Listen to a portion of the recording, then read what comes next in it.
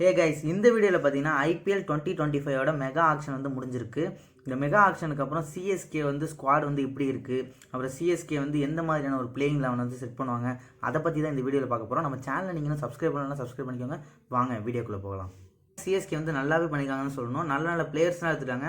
எனக்கு ரொம்ப பிடிச்ச பிளேயர் யாருன்னு பார்த்தீங்கன்னா ரவி அஸ்வின் எடுத்தது வந்து எனக்கு ரொம்பவே சூப்பராக இருந்துச்சு. அதுக்கப்புறம் பார்த்தீங்கன்னா நூர் அகமது, இவரை பார்த்தீங்கன்னா ஒரு 10 கோடிக்கு எடுத்தாங்க. இவர் பார்த்தீங்கன்னா ஒரு செமையான பிக்னே சொல்லணும். பார்த்தீங்கன்னா யங்ஸ்டர்ஸ்லேயும் வந்து நல்ல நல்ல பிளேயர்ஸ்லாம் எடுத்துட்டாங்க. அன்ஷுல் கம்போஜ், அதுக்கப்புறம் பார்த்தீங்கன்னா குர்ஜப்னீத் சிங், முகேஷ் சௌத்ரி, கமலேஷ் நாகர்கோட்டி, இந்த பிளேயர்ஸ்லாம் எடுத்துருக்காங்க. இவங்கெல்லாம் பார்த்தீங்கன்னா கொஞ்சம் நல்லா விளையாடுறதுக்கான வாய்ப்பு இருக்குது. வாங்க இப்போ பிளேயிங் லெவன் வந்து எந்த மாதிரியாக அமைப்பாங்க அப்படிங்கிறத வந்து பார்ப்போம். ஃபர்ஸ்ட் பார்த்தீங்கன்னா ஓப்பனிங் பார்த்தீங்கன்னா எப்பொழுதும் பார்த்தீங்கன்னா கெய்க்வாட் அப்புறம் கான்வே, இவங்க ரெண்டு பார்த்தீங்கன்னா ஓப்பனிங் வந்து நல்லா செட் பண்ணி கொடுத்துருவாங்க சிஎஸ்கேக்கு. லாஸ்ட் ஃபியூ இயர்ஸாக பார்த்தீங்கன்னா இவங்க தான் ஆடிட்டு இருக்காங்க. ரெண்டு பேரும் பார்த்தீங்கன்னா 12 ஓவர்ஸ் வரைக்கும் வந்து செம்மையாக ஆடிடுவாங்க விக்கெட் விடாமல். ஸோ பார்த்தீங்கன்னா இந்த இடத்துல பார்த்தீங்கன்னா ரெண்டு பேரும் கன்ஃபார்ம். இதில் கான்வே வந்து ஃபாரினரில் வந்து கண்டிப்பாக இவர் ஆடி தான் ஆகணும்.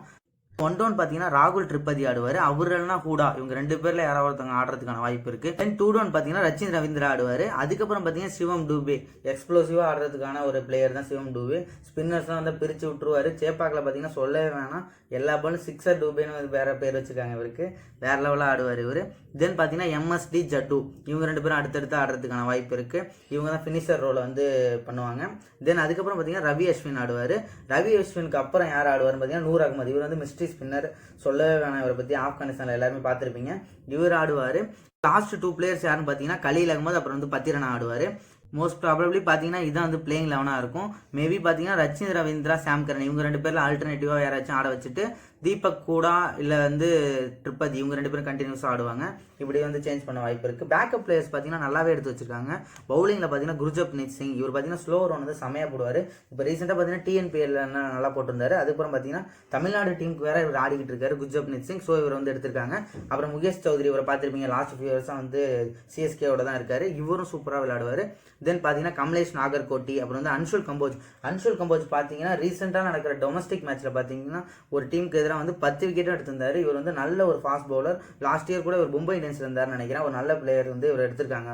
தென் பார்த்தீங்கன்னா ஃபாரினர்ஸ்ல பார்த்தீங்கன்னா பவுலர்ஸ் பார்த்தீங்கன்னா நேதன் எலிஸ் இருக்காரு, ஜெமி ஓவர்டன் இருக்காரு. ஜெமி ஓவர்டன் பார்த்தீங்கன்னா ஒரு ஆல்ரவுண்டர். இவர் பேட்டிங் பார்த்தீங்கன்னா செமையா ஆடுவார், சிக்ஸர் வெளுத்து கட்டுவார்.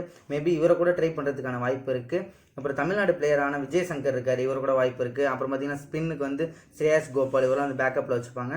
தென் யங்கர் பிளேயர்ஸான ஷேக் ரஷீத் வச்சிருக்காங்க, ராமகிருஷ்ண கோஸ், அப்புறம் வேன்ஸ் பெடி, அப்புறம் வந்து ஆண்ட்ரி சித்தர், இந்த மாதிரி பிளேயர்ஸ்லாம் வேறு எடுத்துருக்காங்க. ஸோ பார்த்தீங்கன்னா 25 பிளேயர் நமக்கு தேவை. 25 பிளேயரும் பார்த்தீங்கன்னா இந்த ஆக்ஷனில் எடுத்துட்டாங்க. ஸோ சிஎஸ்கே வந்து ஒரு நல்ல ஒரு டீமையே பிக் பண்ணியிருக்காங்க. ஸோ இந்த வருஷம் வந்து கப்படிக்கிறதுக்கான வாய்ப்பு வந்து அதிகமாகவே இருக்குது. சிஎஸ்கே பார்த்தீங்கன்னா சேப்பாக்கில் பார்த்தீங்கன்னா ஸ்பின் ஹெவியாக தான் போவாங்க. ஜட்டு, அஸ்வின், அப்புறம் நூர் அகமது, இந்த 3 ஸ்பின்னர்ஸோட போவாங்க கண்டிப்பாக.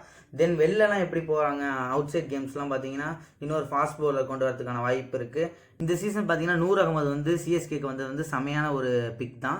ஸோ வந்து நூர் அகமது வந்து இந்த சீசன் வந்து செமையாக பண்ணுவார்னு நான் நினைக்கிறேன். உங்களுக்கு வந்து இந்த மாதிரி இந்த பிளேயர் வந்து சூப்பராக பண்ணுவாங்க இந்த சீசன் அப்படின்னு யார் நினைக்கிறீங்க மறக்காம கமெண்ட் பண்ணுங்க.